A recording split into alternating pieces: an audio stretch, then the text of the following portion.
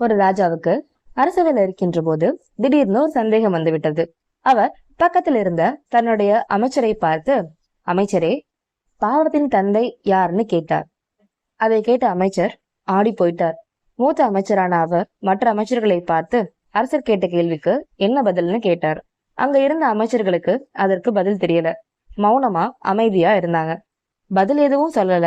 அரசருக்கு கடுமையான கோபம். அவரு மூத்த அமைச்சரை பார்த்து, இங்க பாருங்க அமைச்சரே, பாவத்தின் தந்தை யாருன்னு எனக்கு பதில் தேவை. அதை நாளைக்குள் நீங்க சொல்லிடணும். அப்படி சொன்னா உங்களுக்கு 1000 பொற்காசுகள் பரிசாக தருவேன் அப்படின்னு சொல்லிவிட்டு அவையை விட்டுட்டு வெளியே போயிட்டாரு. மூத்த அமைச்சருக்கு ஒன்னும் புரியல. மற்ற அமைச்சர்கள் எல்லாரும் மௌனமா தலையை குனிஞ்சவாறே போயிட்டாங்க. மூத்த அமைச்சர் மனசுல குழப்பத்தோட வீட்டுக்கு வந்தாரு. அவரால வீட்டுல இருக்க முடியல.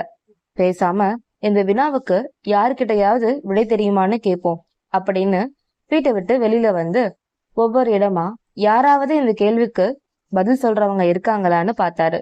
யாரும் இல்ல. தெருவுல அமைச்சர் வெகு நேரம் நின்னுகிட்டு இருந்தாரு. நேரம் போய்கிட்டே இருந்தது. அவருக்கு என்ன செய்யறதுன்னு தெரியல. அப்போது தெருவழியா அந்த நகரத்துல இருந்த தாசி விலைமகள் ஒருத்தி வந்தாள்.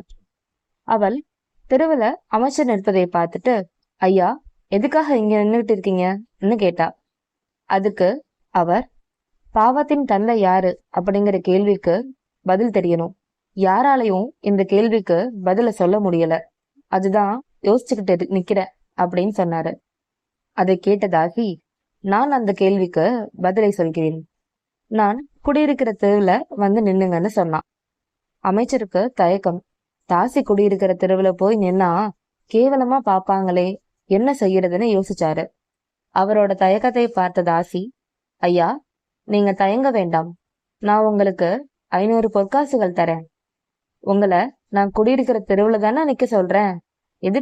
இதுக்காக நீங்க தயங்குறீங்கன்னு கேட்டாள். அவள் கூறியதை கேட்ட அமைச்சர், என்ன, தெருவுல தானே வந்து நிக்க சொல்றா, அதோட மட்டுமில்லாம 500 பொற்காசு வேற தர்றேன்னு சொல்றா. ஏற்கனவே அரசர் 1000 பொற்காசு தரேன்னு சொல்லியிருக்காரு. மொத்தம் 1500 பொற்காசு கிடைக்கிறத ஏன் விடணும்னு நினைச்சுக்கிட்டு அந்த தாசி குடியிருக்கிற தெருவுல போய் நின்னாரு. அந்த தாசி பெரிய பணக்காரி. அவளை அரசருக்கும் அந்த நகரத்துல இருக்கிறவங்களுக்கும் நல்லா தெரியும். அமைச்சர் தன் குடியிருக்கிற தெருவுல நிக்கிறத பார்த்த அந்த தாசி, ஐயா, என்னோட வீட்டு வாசல்ல வந்து நின்னா நான் உங்களோட கேள்விக்கு பதில சொல்றேன்னு சொன்னான். அமைச்சர் யோசிச்சாரு.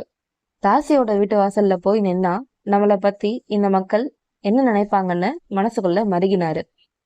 அவரோட மனநிலையை கவனிச்ச அந்த தாசி, ஐயா, நான் என்ன உங்களை என்னோட வாசல்ல தானே நிக்க சொல்றேன், வேற ஒன்னும் சொல்லல. நீங்க என்னோட வாசல்ல வந்து நின்னா உங்களுக்கு 1000 பொற்காசுகள் தர்றேன், வாங்கன்னு சொன்னான். அமைச்சருக்கு வியப்பு. நமக்கு சும்மாவே 1000 பொற்காசுகள் கிடைக்குதே, அதை ஏன் வேண்டாம்னு சொல்லணும்னு நினைச்சுக்கிட்டு தாசி வீட்டு வாசல்ல போய் நின்னாரு. அதை பார்த்த தாசி, ஐயா, நீங்க என்னோட படுக்கை அறைக்குள்ளார வந்து நின்னா உங்களோட கேள்விக்கு பதில சொல்றேன்னு சொன்னாள். அமைச்சர் தயங்கினாரு. அதை பார்த்த தாசி, ஐயா, படுக்கை அறைக்குள்ளார தானே வர சொன்னேன், வேற எதுவும் சொல்லல. நீங்க அப்படி வந்து நின்னா உங்களுக்கு 1500 பொற்காசுகள் தர்றேன்னு வாங்கன்னு சொன்னாள். அமைச்சரோட மனசுக்குள்ள மகிழ்ச்சி. அட, அரசர் தர்ற 1000தோட இதையும் சேர்த்தா மொத்தம் 2500 பொற்காசுகள் கிடைக்குதுன்னு நினைச்சுக்கிட்டு தாசியோட படுக்கை அறைக்குள்ளார போய் நின்னாரு. அதை பார்த்த தாசி, அமைச்சரே, நீங்க இந்த படுக்கையில வந்து படுத்து என்னோட மடியில தலைய வச்சு படுத்தீங்கன்னா உங்களோட கேள்விக்கு பதில சொல்றேன்னா. அதை கேட்ட அமைச்சருக்கு தூக்கி வாரி போட்டது. அமைச்சரோட நிலையை கவனித்த தாசி, ஐயா, என்னோட மடியில தானே தலை வச்சு படுக்க சொன்னேன், வேற எதுவும் செய்ய சொல்லல. நீங்க தலை வச்சு படுத்தீங்கன்னா உங்க கேள்விக்குரிய பதிலையும் சொல்வேன், உங்களுக்கு 2000 பொற்காசுகளையும் தருவேன்னு சொன்னாள். அதை கேட்ட அமைச்சருக்கு மனசுக்குள்ள மத்தாப்பு மாதிரி மகிழ்ச்சி. அரசர் தர்ற 1000தோட இதையும் சேர்த்தா நமக்கு 3000 பொற்காசுகள் கிடைக்குதுன்னு நினைச்சுக்கிட்டு தாசியோட மடியில தலை வச்சு படுத்தாரு. அவரு படுத்த உடனே கேள்விக்குரிய பதிலை கேட்டாரு. அவரை பார்த்த தாசி, ஐயா, பாவத்தின் தந்தை பேராய் செய்தான்னு பதில சொன்னாள்.